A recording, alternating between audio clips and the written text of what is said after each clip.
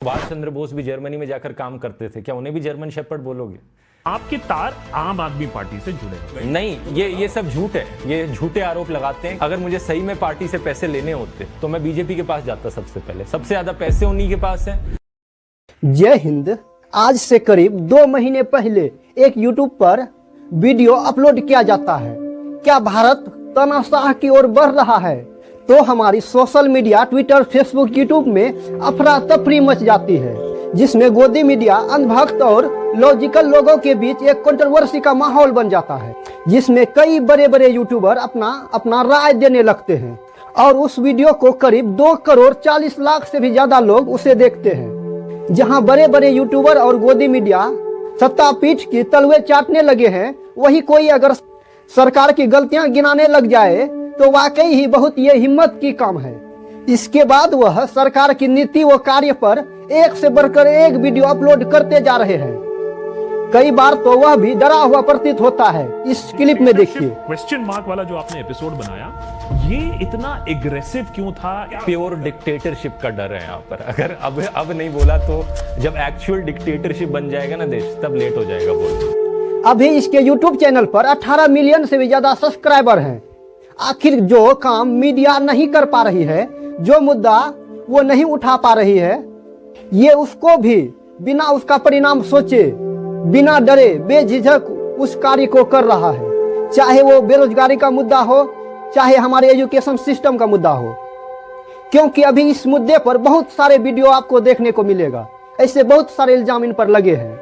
एक बार फिर से जिक्र है ध्रुव राठी का। आजकल इस शो में ध्रुव राठी का आना मुझसे भी ज्यादा होने लगा है। ध्रुव का नाम पिछले कई दिनों से अलग अलग तरह से सोशल मीडिया पर ट्रेंड हो रहा था। 1 महीने पहले ध्रुव का एक बहुत ज्यादा ट्रेंड होने वाला वीडियो आया था। उन्होंने डिक्टेटरशिप के टाइटल से इस वीडियो को अपलोड किया था।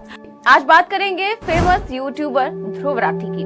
कैसे ध्रुव राठी भाई साहब ने किया एक बड़ी साजिश से पर्दाफाश। वो डायरेक्टली बोल रहे हैं कि कैसे ये देश हमारा तानाशाही की तरफ बढ़ रहा है। आखिर इसकी शुरुआत कैसे हुई, अब जानते हैं सारी सच्चाई। साल 2011 जब अन्ना हजारे ने भूख हड़ताल वो पूरे देश में भ्रष्टाचार के खिलाफ मूवमेंट शुरू कर दी थी, वही इस प्रोटेस्ट को मीडिया में बहुत कवरेज मिला, जबकि देश भर से लोग इस प्रोटेस्ट से जुड़ने लगे और अंत में तब जाकर कांग्रेस सरकार को इस प्रोटेस्ट के आगे झुकना पड़ा। यहीं से करोड़ों इंडियंस के मन में ये भाव आया, एक आम आदमी की आवाज भी बहुत बड़ी बदलाव ला सकती है। और उन्हीं हजारों इंडियंस और उन्हीं करोड़ों इंडियंस में एक था ध्रुव राठी। वो उस समय जर्मनी में इंजीनियरिंग की पढ़ाई कर रहे थे। तो बात आती है, क्या ओपोजिशन वाले इसे अच्छा खासा फंडिंग कर रहे हैं और साथ ही इस प्रोटेस्ट के न्यूज को फॉलो भी कर रहे थे, और एंटी करप्शन का भाव भी तभी से उनके मन में आया और तभी से उसने ज्यादा से ज्यादा पॉलिटिकल लाइन की डेटा को अध्ययन करने लगा और उसे समझने लगा, और यहीं से इसका इंटरेस्ट इंडियन की पॉलिटिक्स में बढ़ता ही चला गया। और ये इंटरेस्ट तब जाकर और ज्यादा बढ़ गया जब 3 साल के बाद 2014 में नरेंद्र मोदी की सरकार सत्ता पक्ष में आई। लेकिन मैं आपको बता दूं कि मेरा ये वीडियो पॉलिटिक्स के बारे में बिल्कुल भी नहीं है। ये ध्रुव राठी की कहानी है जो कुछ दिनों खूब सुर्खियों बटोर रही है, और इसलिए आज की वीडियो में हम ध्रुव राठी को और बेहतर ढंग से जानने का कोशिश करेंगे।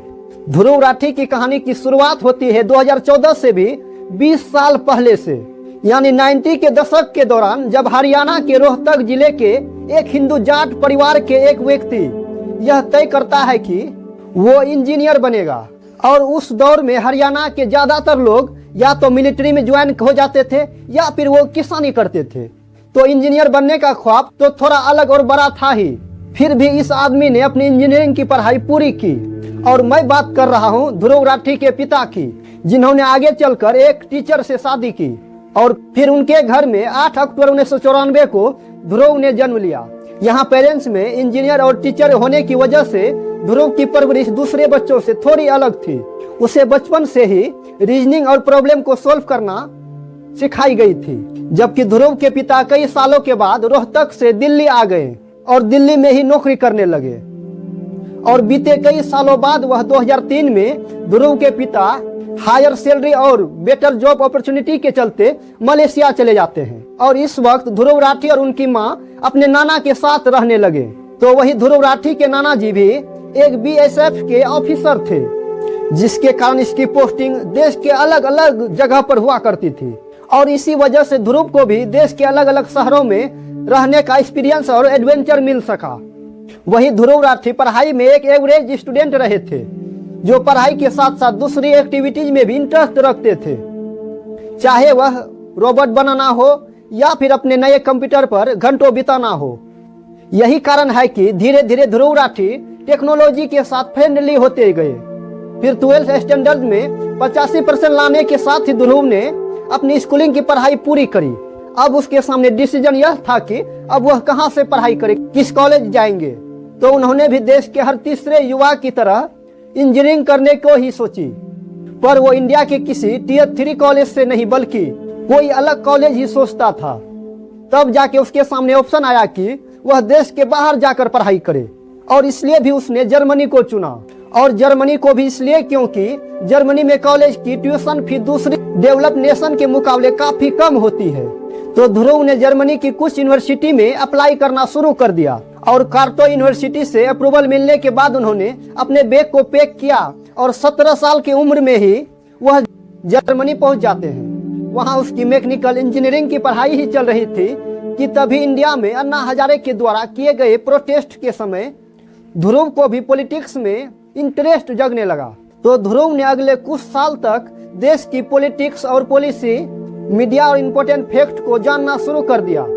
जब उसने इसका अध्ययन करने लगा तो उतना ही ज्यादा यह फ्रस्ट्रेटेड भी रहने लगा, और जिसकी वजह थी पॉलिटिकल और ब्यूरोक्रेट करप्शन, जो कि देश के जड़ों तक जाकर बैठ चुका था। फिर वही 2014 में इलेक्शन आते हैं और कांग्रेस की सरकार हटकर अब सत्ता में बीजेपी की सरकार आ जाती है और नरेंद्र मोदी प्राइम मिनिस्टर बन जाते हैं। और अगर आपको याद हो तो ये हमारे देश के लिए बहुत ही इंटरेस्टिंग दौर भी चल रहा था, क्योंकि इस समय में लगभग हर कोई पॉलिटिक्स में इंटरेस्ट लेना शुरू कर दिया था, और यहीं से लोगों में पॉलिटिकल अवेयरनेस भी थोड़ी बढ़नी शुरू हो गई थी। और शायद इसकी वजह प्राइम मिनिस्टर नरेंद्र मोदी था, और जिस तरह की पॉपुलैरिटी इसकी बढ़ी, इसने हासिल किया, ऐसा पॉलिटिक्स में बहुत कम लोगों के साथ होता है। वही अगले 2 सालों तक ध्रुव की ग्रेजुएशन, पोस्ट ग्रेजुएशन की पढ़ाई खत्म होने को आ रही थी, और यहाँ दूसरी तरफ पॉलिटिक्स में भी खास इंटरेस्ट वो लेने लगे थे। और फिर फाइनली उन्होंने अपनी पॉलिटिक्स को स्टडी करने की हॉबी पर ज्यादा काम करना शुरू कर दिया, और यहीं से हमारे देश में कई जगहों में मिस इन्फॉर्मेशन काल भी शुरू हो गया था, जब मीडिया और व्हाट्सएप पर तरह तरह के न्यूज आने लग गए थे, जिसका कई बार कोई भी सर पैर नहीं होता था।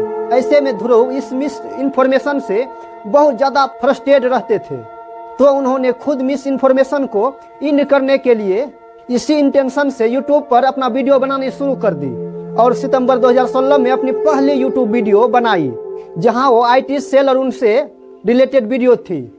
और उसकी इस वीडियो को अपलोड करने के मात्र 1 महीने के अंदर ही उस पर 1 लाख से ज्यादा व्यू मिल गए, और संयोग कहिए कि उसी वक्त से ही देश में अपने जियो ने पैर फैलाने लगे थे, जिससे और ज्यादा लोगों ने यूट्यूब पर वीडियो देखने लगे।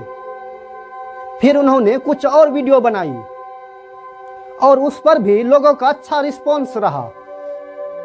लोगों ने उसे ट्विटर पर भी मेंशन करने लगे। उसकी वीडियो को भारी तादाद में लोग शेयर करने लगे। लोग उनकी बात सुनना चाहते थे, और वो भी बातों को लोगों के आगे रखना चाहते थे। तो फिर क्या था, उन्होंने एक के बाद एक इंफॉर्मेशनल वीडियो बनानी शुरू कर दी, और उनकी पहली वीडियो का रिस्पॉन्स उस समय के अनुसार बहुत ही अच्छा था। यानी अगस्त 2017 तक उन्होंने यूट्यूब पर 100K यानी 100K की सब्सक्राइबर को भी हासिल कर लिया। फिर यहीं से उन्होंने अपने रिसर्च और एडिटर टीम को एक्सपेंड करना शुरू कर दिया, और अपने यूट्यूब चैनल की तरफ वो पूरी डेडिकेशन के साथ काम करने लग गए। और इन वक्त तक उन पर कई सारे इल्जाम भी लग चुके थे कि जैसे किसी प्रकार का प्रोपोगेंडा फैला रहे हैं, या फिर वो किसी पार्टी से, या फिर वो कोई पॉलिटिकल पार्टी के लिए काम कर रहे हैं।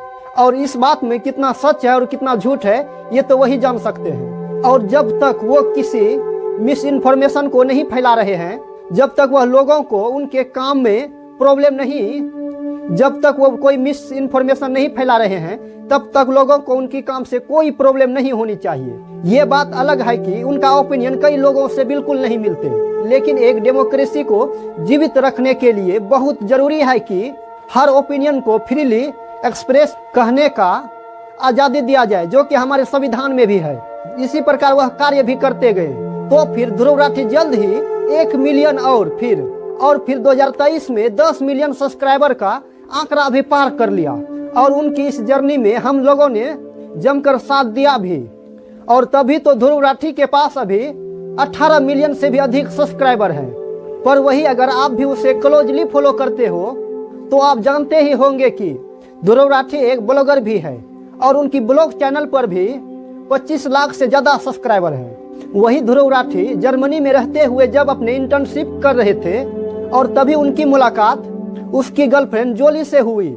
जल्द ही दोनों डेट करने लगे, साथ ही वो वेकेशन भी करने लगे और उन्हीं वेकेशन ट्रेवल के जरिए और उन्हीं वेकेशन ब्लॉग के जरिए लोगों के साथ वह शेयर भी करने लगे। और इसी से उसको ब्लॉग चैनल की आइडिया भी आया और अब वो फाइनेंशियल इंडिपेंडेंट भी हो गए थे। इसी कारण वह इंटरनेशनल ट्रिप भी बिना किसी टेंशन के घूमने लगे और यहीं से एक के बाद एक उनके ट्रेवल्स ब्लॉग आते रहे और वहां से भी व्यूअर्स का उन्हें खूब प्यार मिला। आज के समय ध्रुव राठी देश और दुनिया घूम रहे हैं। ध्रुव राठी ने 24 नवंबर 2021 को अपनी गर्लफ्रेंड जोली, जो कि जर्मन सिटीजन है, उनसे शादी कर ली और अभी भी वो दोनों एक साथ बहुत ही खुश दिखते हैं। बाकी इसके बारे में आप क्या सोचते हैं, आपका क्या विचार है, कमेंट में जरूर लिखें। हाँ, अगर आप भी मेरे चैनल पे नए हो तो चैनल को सब्सक्राइब जरूर करें। तो मिलते हैं नए वीडियो में। जय हिंद।